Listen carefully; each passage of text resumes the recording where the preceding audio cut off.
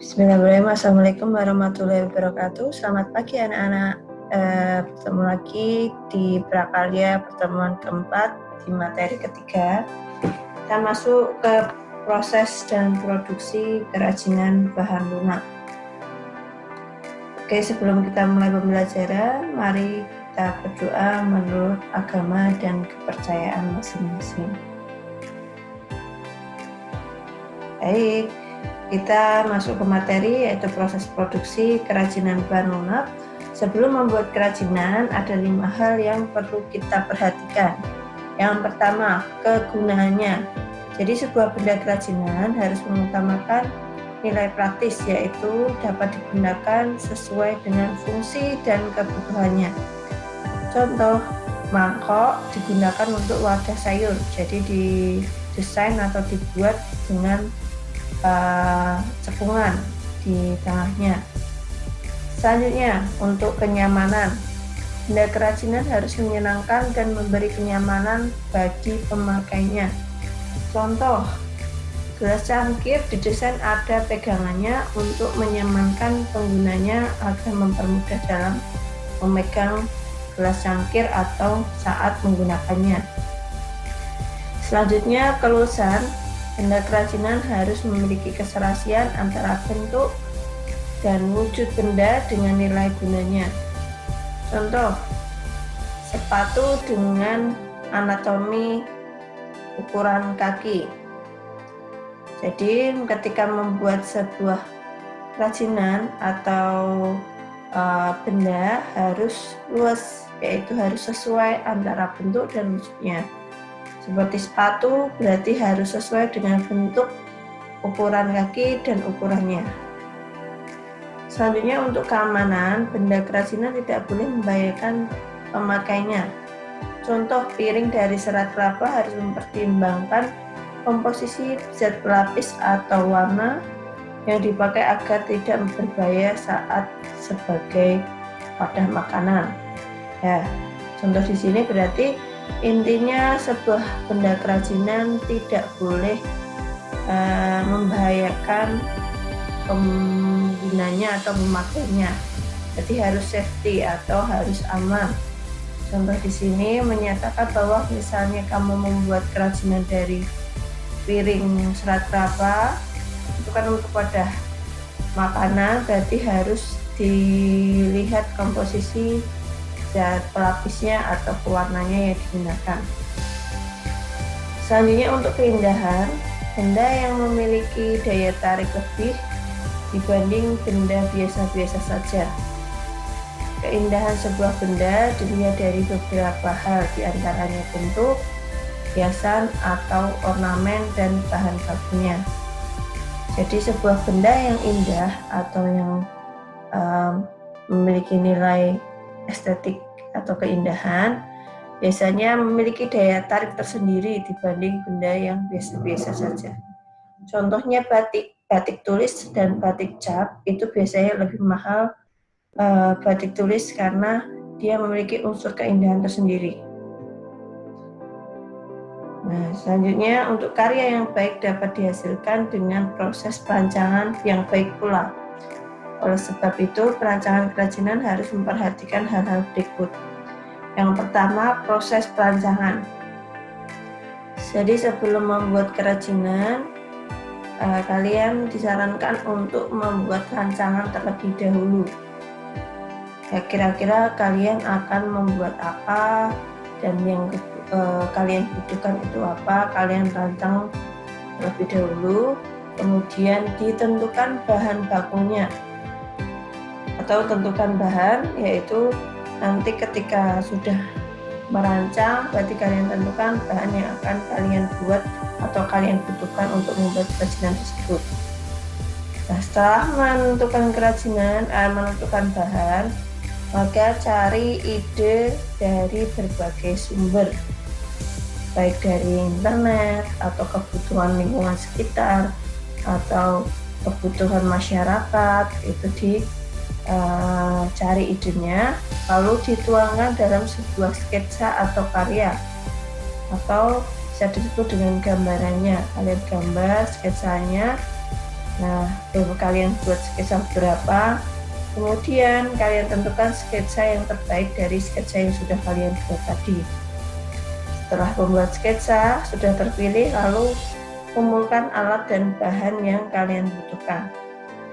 Setelah mengumpulkan alat dan bahan, barulah membuat produk, lalu masuk ke evaluasi coba produk. Jadi kalau sudah jadi produknya, kalian evaluasi dulu dan kalian coba produk tersebut. Jika ada kekurangan, maka masuk ke revisi produk, baru ke pemasaran. Nah, untuk di pertemuan kali ini kita akan membahas tentang kerajinan bahan lunak. Nah, di situ ada kerajinan keramik, kerajinan kulit, kerajinan adulan tepung atau flow clay, dan kerajinan getah nyatu. Tapi untuk hari ini kita hanya membahas kerajinan keramik terlebih dahulu. Nah, untuk kerajinan keramik atau yang biasa dikenal dengan kata keramos, yang dari bahasa Yunani yang artinya benda pecah belah yang terbentuk dari tanah liat yang telah mengalami proses pembakaran. Pada pembuatan keramik, tanah liat memiliki sifat plastis sehingga mudah dibentuk. Setelah itu dibakar dengan tingkat pembakaran suhu 600 derajat Celcius sampai 1300 derajat Celcius sesuai dengan jenis tanah liatnya, sehingga tanah liat menjadi keras, padat, dan kedap air. Hal yang pertama dilakukan untuk proses produksi kerajinan keramik, ya maka kita menentukan bahan dan produksi pembuatan kerajinan keramik. Karena kita akan membuat kerajinan keramik, maka bahan utamanya adalah tanah liat. Selanjutnya kita butuhkan yaitu alat dan produksi pembuatan kerajinan keramik.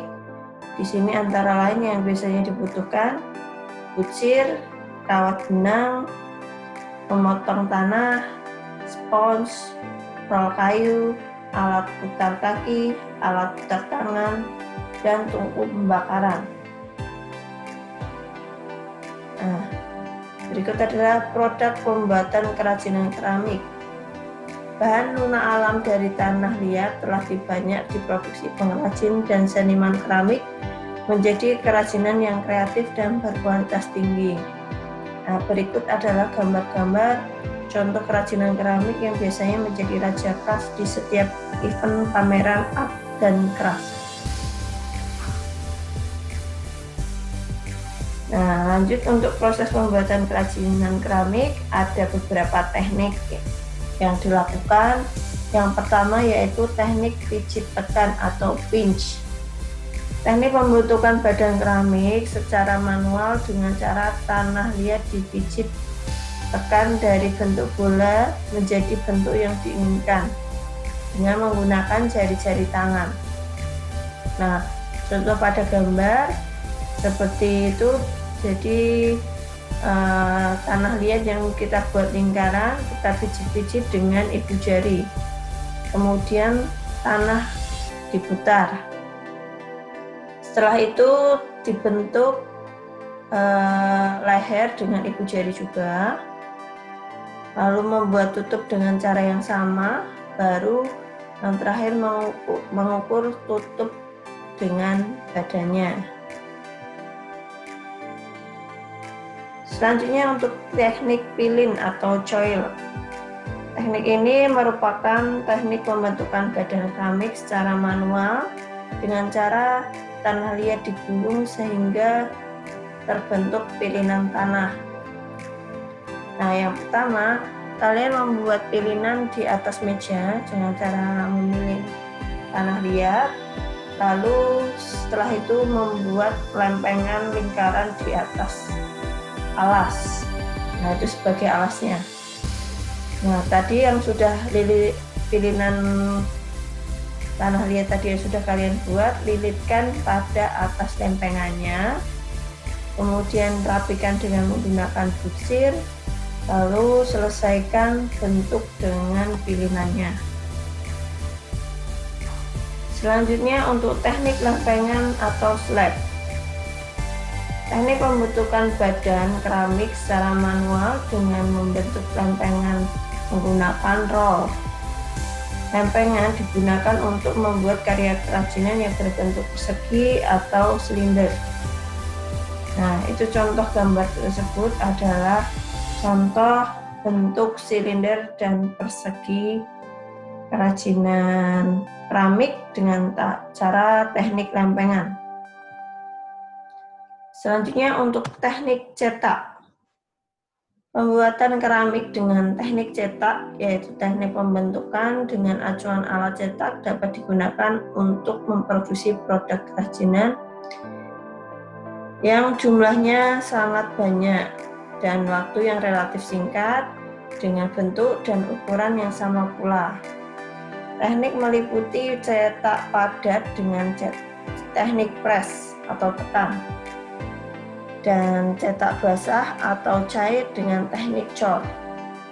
Nah, seperti pada gambar tersebut, itu adalah contoh teknik cetak. Dan ini biasanya digunakan pada pabrik-pabrik yang sudah dengan membutuhkan desain yang sama untuk membuat produk yang banyak.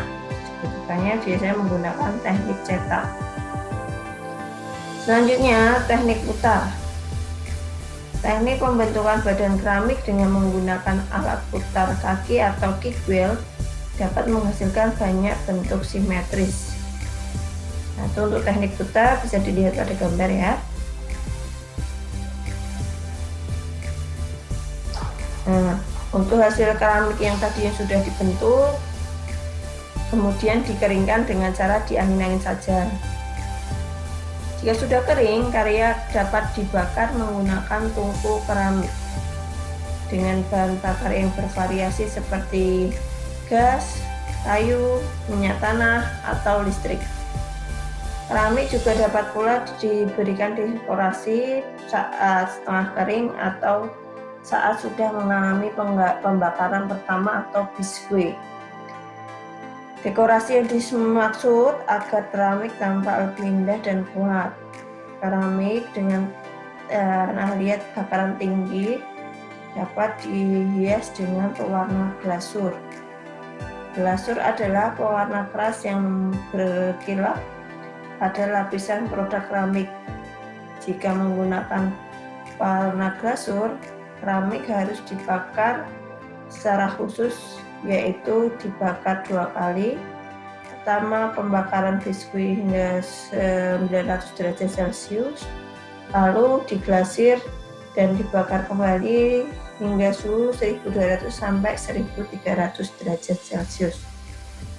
Oke, sekian hari ini. Tidak ada tugas, silakan kalian pahami materi hari ini. Kalian cukup mencatatnya di buku catatan, dirangkum saja inti pembelajarannya. Sekian, Assalamualaikum warahmatullahi wabarakatuh. Sampai ketemu di pertemuan berikutnya.